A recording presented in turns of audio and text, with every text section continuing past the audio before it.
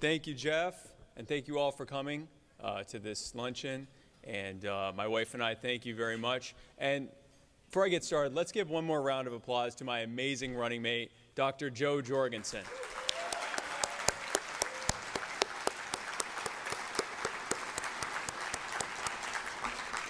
So folks, I know I said at my speech earlier that I didn't have a speech. This time I actually don't have a speech, but I do have something I want to talk about, something that's very near and dear to my heart. What actually caused me to retire from the company that I owned for the better part of 20 years so I could focus full-time on Libertarian Message. The fact that right now, in order for us to be able to actually start winning big elections, for Joe and I to get elected to the White House, for us to win congressional and Senate races and many more down-ballot races as well, we have to change the cultural conversation in this country. We see it every single day. The political conversation that happens in dining room tables and in restaurants and in places around the country is really usually just arguments between two groups of people over how much bigger government should be, how much more control it should have in our lives, how much more power it should have, and how much less we should have. And I want to move it towards a conversation about how much smaller government should be, how much more power we should have, how we'd be able to thrive if we didn't have to worry about the boot on the neck of the people that we have with the Republicans and Democrats and what they've done in government.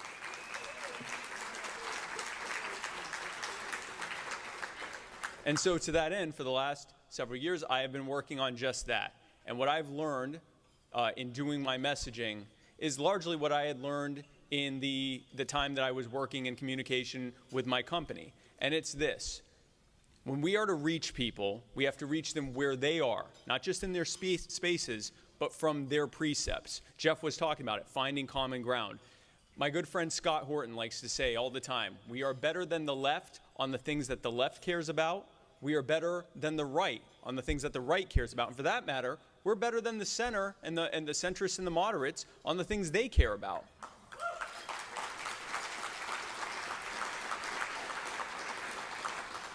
The difference is our ideas actually work.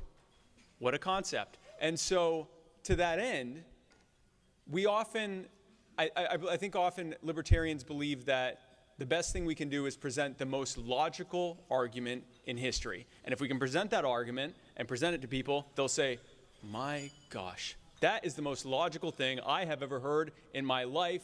I am now a libertarian. Well, that's not how anything works, right? That's not, someone can't come up to you and present an argument and expect you to just immediately change your entire belief system based on it. We have to meet people where they are. And so an example of that I did in my campaigning when I was running for the nomination for vice president, I went to college campuses and spoke with college students. And instead of going to them and saying, well, you know, the libertarian idea of self-ownership and non-aggression would fix all of your problems, instead what I did was I asked them questions about what was most important to them.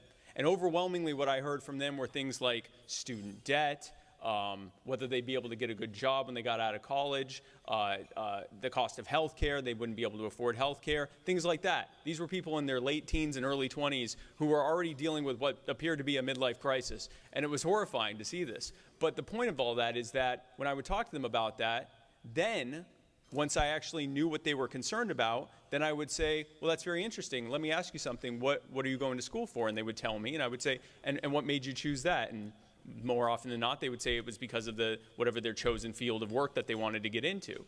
And so I would ask them, I would say, well, let me ask you this. Instead of having to go to school for 4 to 8 years and running up tens or even hundreds of thousands of dollars in student debt, what if you could do some kind of voluntary apprenticeship or internship and learn how to actually do what it is you want to do under people who are already doing it professionally? And then once you had reached a level of mastery, then you could just do it professionally. Once that trade organization had given you their stamp of approval, you could go off with their blessing and start working. And they all said, that sounds great, but I can't do that. And I'd say, yeah, but why? And they'd say, because I have to go to school. And I'd say, but why? And they'd say, because I have to get a degree. And I'd say, yeah, but why? And then they got it. The reason that they were in the situation they were in was because of the barriers and burdens that had been imposed upon them by a government that was intentionally trying to make it harder for them to thrive. That's the whole point.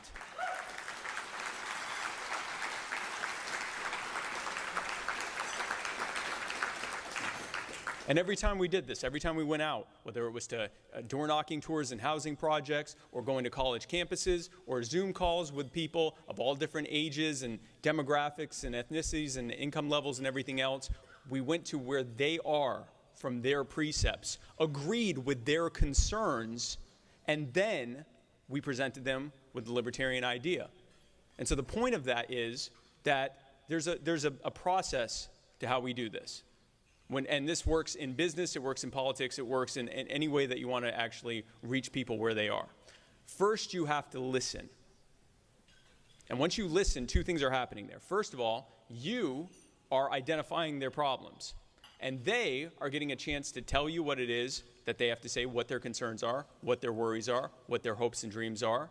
And they are seeing that you are someone who actually cares and empathizes with them and actually wants to know what it is they're worried about.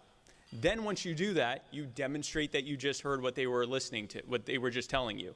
You demonstrate it by agreeing with their concerns and their fears and their worries and their anxieties and their hopes and their dreams.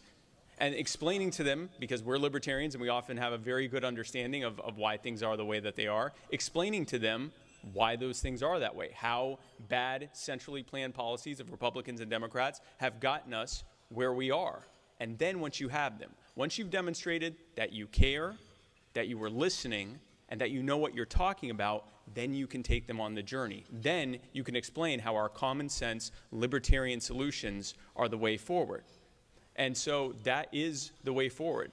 And as I said in my speech earlier, this is a grassroots army. This is an election that is going to be won, not just for me and Joe in the White House, but also for all of the various races across the ticket are going to be won on the strength of our grassroots army. It will be you that are out there that are winning hearts and minds and having conversations with your friends and your colleagues and your neighbors and your loved ones in your communities and bringing people into the libertarian message with empathy and with engagement and with a dynamic way of presenting our message.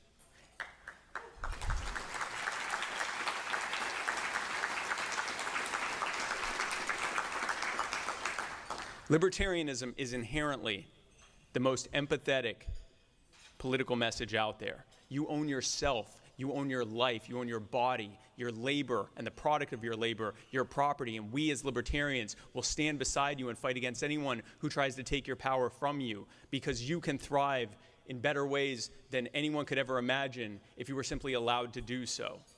And when we reach people with... Thank you.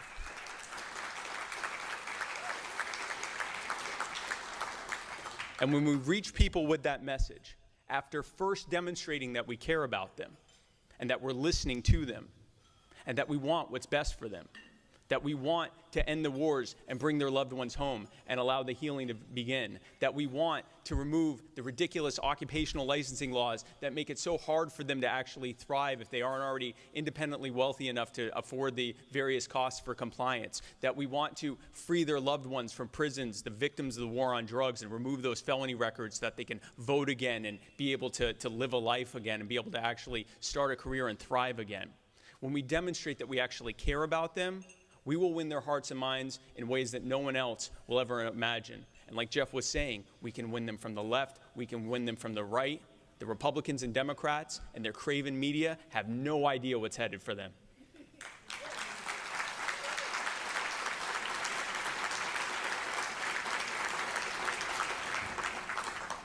And folks, I'm going to wrap this up because I can see that you're all enjoying your meals.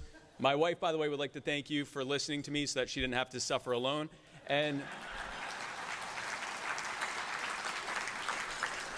But if any of you have any questions, feel free to come up and ask me. I would love to talk with you. And if any of you watching at home would like to know more, I invite you to go to joe20.com. And we have a contact form. We would love to hear from you.